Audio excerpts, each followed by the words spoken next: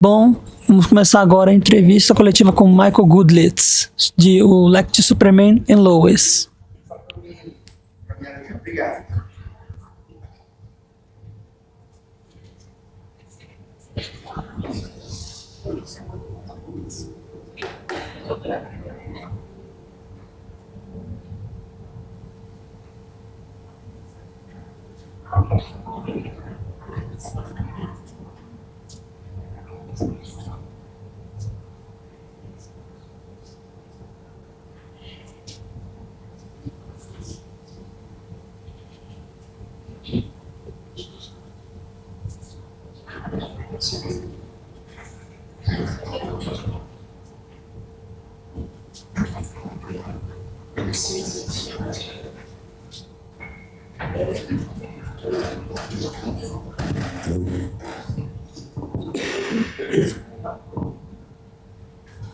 Okay, let's get started.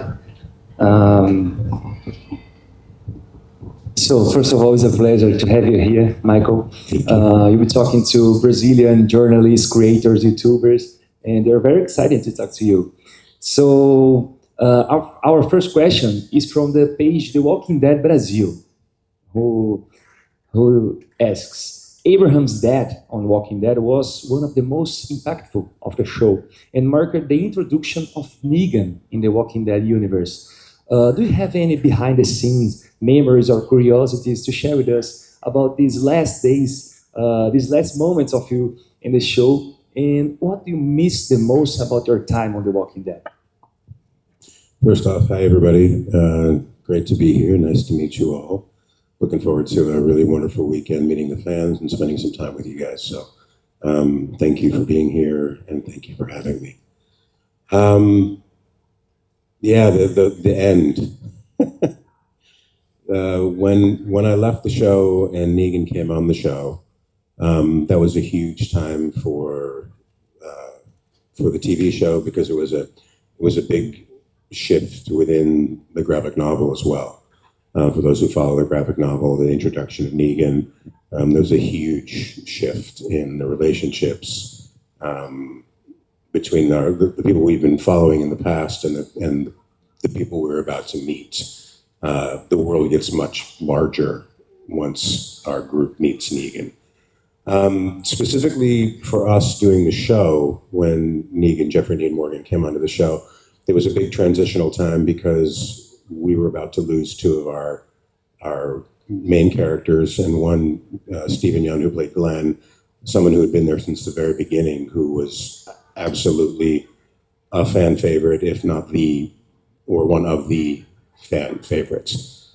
He was absolutely the heart of the show, and the moral compass of the show, when at times it seemed like Rick didn't have a compass, or his compass was broken in his sort of what became his obsession to protect his group and his family.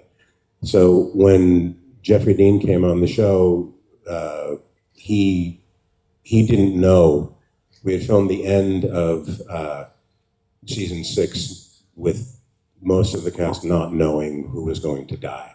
He didn't know who he was going to be killing, but Stephen and I did. We knew for months prior, and we still didn't share that with him because we felt that would change the relationship that we all had on set. So it was a very interesting dynamic, a very interesting time for when he first came onto the show, not knowing who he was going to kill, and sort of becoming, close friends with myself and Stephen, not knowing that he was actually going to be taking us off the show. And one of the things that the show liked to do when they brought new characters in, the same as they did with the graphic novel, when Robert Kirkman would bring characters in, there would be some sort of big monologue that would expose a lot of what the sort of the backstory and the thoughts were of the characters when they came in. So Jeffrey had this huge monologue when he comes in, when we were all lined up in the group to decide who he was going to kill, and we meet him. He had probably a 13 or 14 page monologue where it was just him talking, and this is his first day on set. and he knows he's going to kill somebody in the group, and in front of him are lined up all the series regulars, all the people some have been with the show since the beginning, and he has to come in and perform at his highest level. And we just sit there and watch him. That is incredibly difficult for an actor to do, coming into a show that is as well established as we were by that point in season 6, and having to come into that environment and basically perform in front of your other co-stars is incredibly difficult. And he was just incredible. I've always admired Jeffrey's work. I've been a fan of his work since Grey's Anatomy. And to even spend those last couple of days for me, which he didn't know, on set with him was something I'm very, very grateful for. As strange as it might sound, it was a wonderful time to be on set, because we're very rarely all on set together, because everything's so fractured and the groups are dealt with singularly or one-on-one or two-on-one. We're never all of us together. So it was a nice week on set for us all to be together. So all in all, as strange as it might sound, the day or the time of our death was one of the most memorable experiences for the show in general. Nice. That mini song still gives me goosebumps. So now the next question is from Shavana, from Paraíba FM. It's a radio. So she's asking, you work as a director at different episodes of the shows you also played, including Superman and Lois.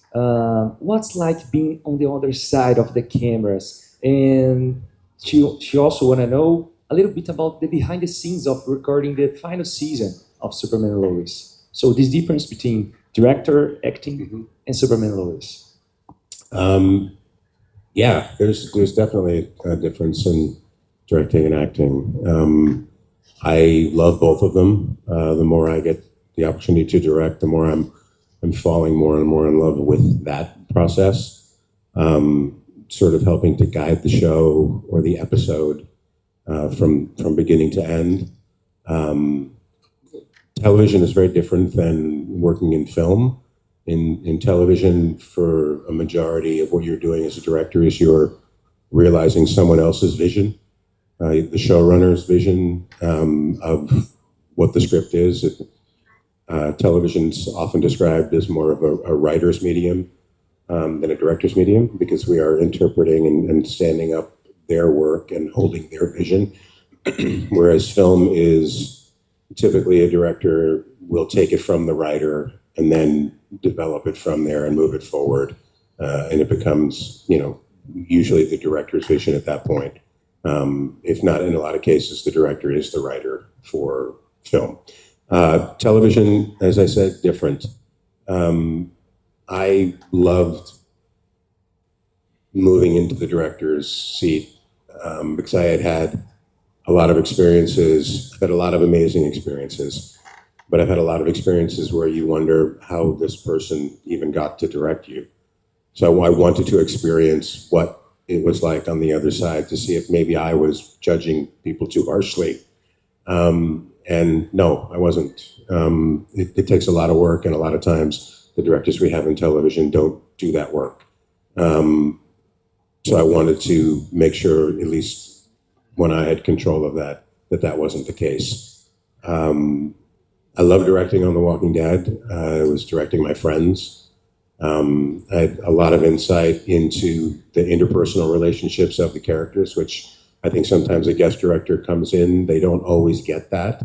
They tend to film the people talking, when sometimes the people who are not talking have the most to say about what's being said. So I transitioned into directing on The Walking Dead after I had left the show. So I never was in the show as an actor when I was directing. So I had moved on after. With Superman and Lois, I actually was in the episode that I directed, which was insane. And I didn't think I was going to like that, but I wound up appreciating a lot and enjoying it and having a great time. The final season of Superman and Lois, the TV show, there's a big trailer coming out tomorrow, San Diego Comic-Con. You can actually get there's a teaser and a longer trailer that's been released on the CW Superman and Lois Instagram. There's a long 9-minute trailer coming out tomorrow at San Diego Comic-Con, and I'm not sure how much of that is going to be released on social media, but it'll give everybody a sense of what's happening in this final season. But to be part of it was pretty wonderful, because I came in as Lex Luthor in season 3, at the very end of season 3, so I got to meet these wonderful people, both the creative team and the actors. Just an incredibly positive experience. And after I had come on the show and filmed the last 2 episodes of season 3, they found out that they were getting canceled and that they were only going to be having 1 more season, and it was going to be their final season. I think it's a better way to find out than to just be canceled, because the showrunner gets to actually end the show. They knew that they had 10 episodes coming, that they could finish up and wrap up the story that they wanted to tell the way they wanted to tell it. I always think that's better than just being canceled. When you're canceled, the only people who suffer are really the fans, because they have so much invested. You know, the studio and the show and the actors and the creative team they put so much work into getting the audience to trust them, and then so often that trust is smashed by the studio or the network when they cancel the show. And you know, the fans are the only ones who suffer. So I'm very happy that they get to tell the story the way they want to, end the show the way that they want to, and having been there for the entire season and directed an episode, I can tell you it's fantastic. The final season is fantastic, and it's satisfying, and it's heartbreaking and heartwarming, and you absolutely laugh and cry. But you will be incredibly, incredibly satisfied in the end. That's great. You already answered some of our questions here. So let's skip to the question from Wellington, from Poltrona Nerd, right here. No. Michael. No, we're not. No. He's saying, Michael, you're almost Brazilian now, and we want to know if you if you to come back, and he wants that you come back here more often. Tell us how was this transition from a world full of zombies to a DC Comics universe with Superman and Lois playing Lex Luthor? How was this transition? Cleaner. It's a much cleaner world. Yes, Lex Luthor lives in a much cleaner world than we did in The Walking Dead. And thank you. I've been trying to get to Brazil since probably season 5 of Walking Dead. We have a lot of Brazilian fans. As if you're on social media at all, you know it, our Brazilian contingency is huge. And we actually almost did a big Walker Stalker convention in Sao Paulo about 6 years ago, I think, but it never happened. But we do have a lot of fans. We know that, and we are very appreciative of the Brazilian fans. So I will get to Brazil as often as I am able. So I appreciate that. Now we're gonna read the question from Simone Elise. From Paraíba Criativa. She's asking, was there a most memorable character that you have ever played in your career? I've been very fortunate. I feel I've had a great career so far as the characters I've been able to play. The ones that stick out, the ones that I remember, there's Bull from Band of Brothers, John Cooper from Southland, Abraham from Walking Dead, and now Lex Luthor could possibly be the thing I'm most proud of right now. I had such an amazing time discovering Lex, and presenting him in a way that has never been shown before in live action. It's a dark Lex. It's from the research I have done, it is very much a comic accurate Lex. And we've done something that I think will be very satisfying for Superman and Lex fans who are actually fans of the entire body of work. I think they'll see some stuff that they'll realize carries through from the introduction of Lex in the comics all the way through, including all the alternate universes. We definitely pay homage to all of the Lexes. So I'm at the moment most proud of Lex and those other three characters. Speaking of memorable characters, let's talk about Band of Brothers. The question is from Pedro Augusto, da Cabine 83, está por ali.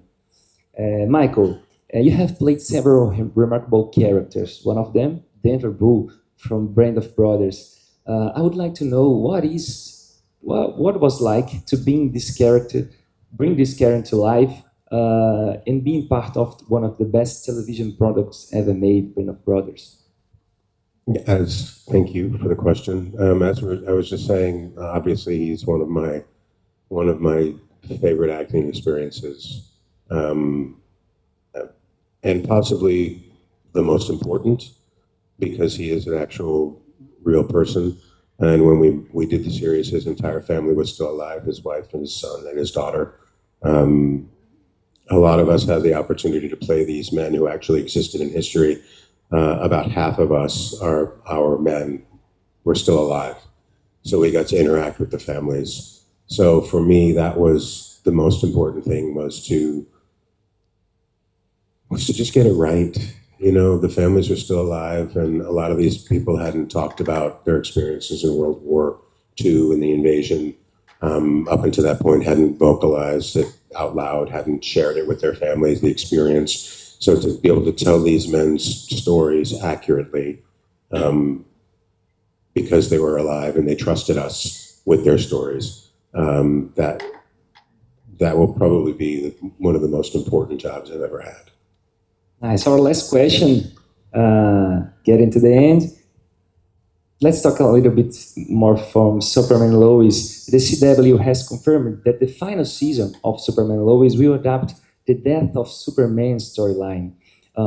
This question is from Ramon Vitor, do canal O Vício channel, Ramon. Therefore, Lex Luthor will get his revenge right at the beginning of the season. What can we expect from the villain now that he gets what he really wants right away? Well, first, I can't say much on that. So I could leave it at that. But what I'd say is, I don't think, how can I put this?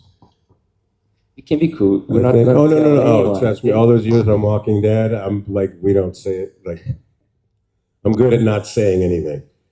But what I will say is that sometimes we put so much energy into what we think we want that we lose track of what we really need. Mystery. I'll leave it at that. So I guess this is it. Thank you so much, Michael. Thank you. It's been a pleasure, man. Appreciate it. Thank you guys very much. Thank you, Appreciate guys. Obrigado, galera.